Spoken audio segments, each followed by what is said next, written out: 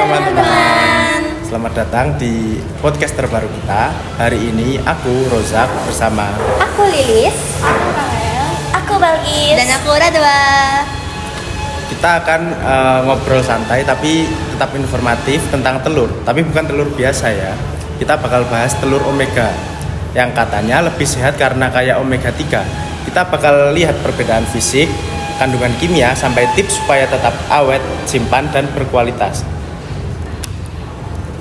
Oke, jadi teman-teman, pembahasan kita yaitu analisis mutu fisik dan kimia telur omega 3 dibandingkan dengan telur konsumsi biasa.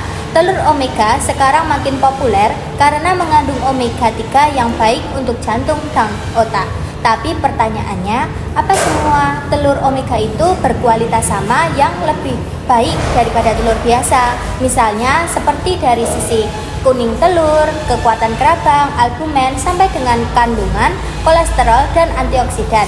Nah, jadi kita akan membahas tuntas tentang analisis ini.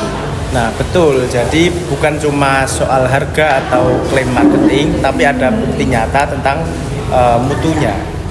Jadi, masalah utamanya adalah inkonsistensi mutu. Kita sering lihat nih, telur omega di pasaran berbeda-beda kualitasnya. Ada yang kuning telurnya pekat dan ada yang biasa saja. Dan kandungan omega 3 ini juga tidak selalu sama, tergantung pakan yang diberikan pada ayam. Nah, benar kok apa kata dari Balkis. Nah, misalnya ayam yang makan biji flaxseed atau minyak ikan, nah itu omega 3 di telurnya itu akan tinggi. Nah, tetapi kalau diberi pakan standar tapi juga ditambah dengan sedikit suplemen, ya omega 3-nya itu nggak jauh beda dari telur biasa. Nah, banyak juga dari konsumen yang menganggap bahwa telur omega lebih baik dan pastinya lebih sehat. Padahal dari segi fisik, kimia, atau parameter lain perlu diperhatikan.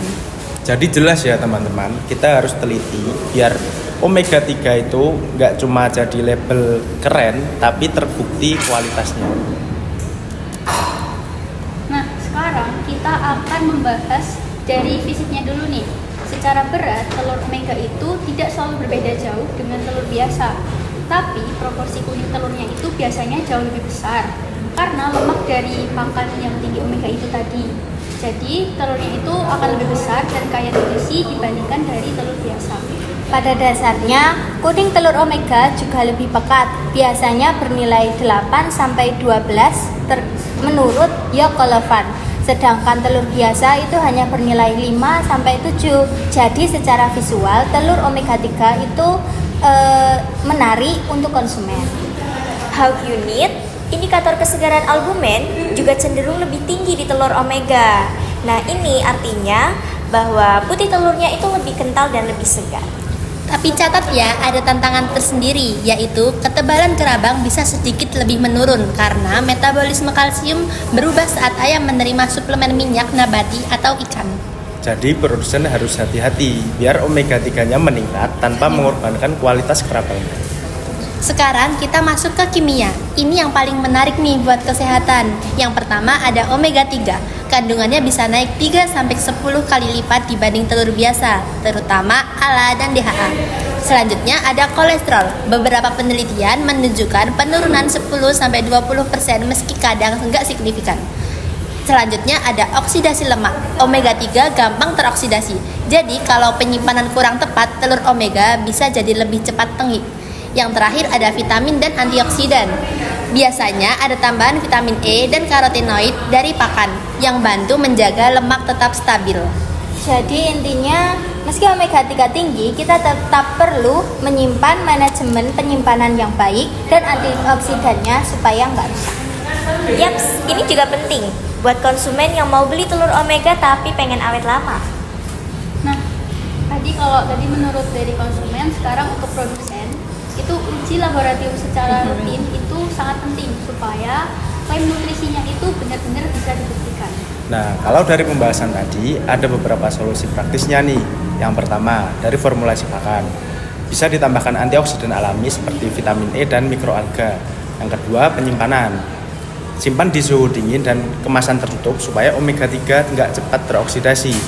Kemudian yang ketiga, standar produksi. Prosedur konsisten supaya kualitas fisik dan kimia antar batch itu tidak berbeda. Kemudian yang terakhir, edukasi konsumen. Jelaskan manfaat telur omega dan cara menyimpannya dengan benar. Dan jangan lupa, produsen juga harus mengecek mutu secara berkala supaya klaim nutrisi nggak hanya sekedar promosi.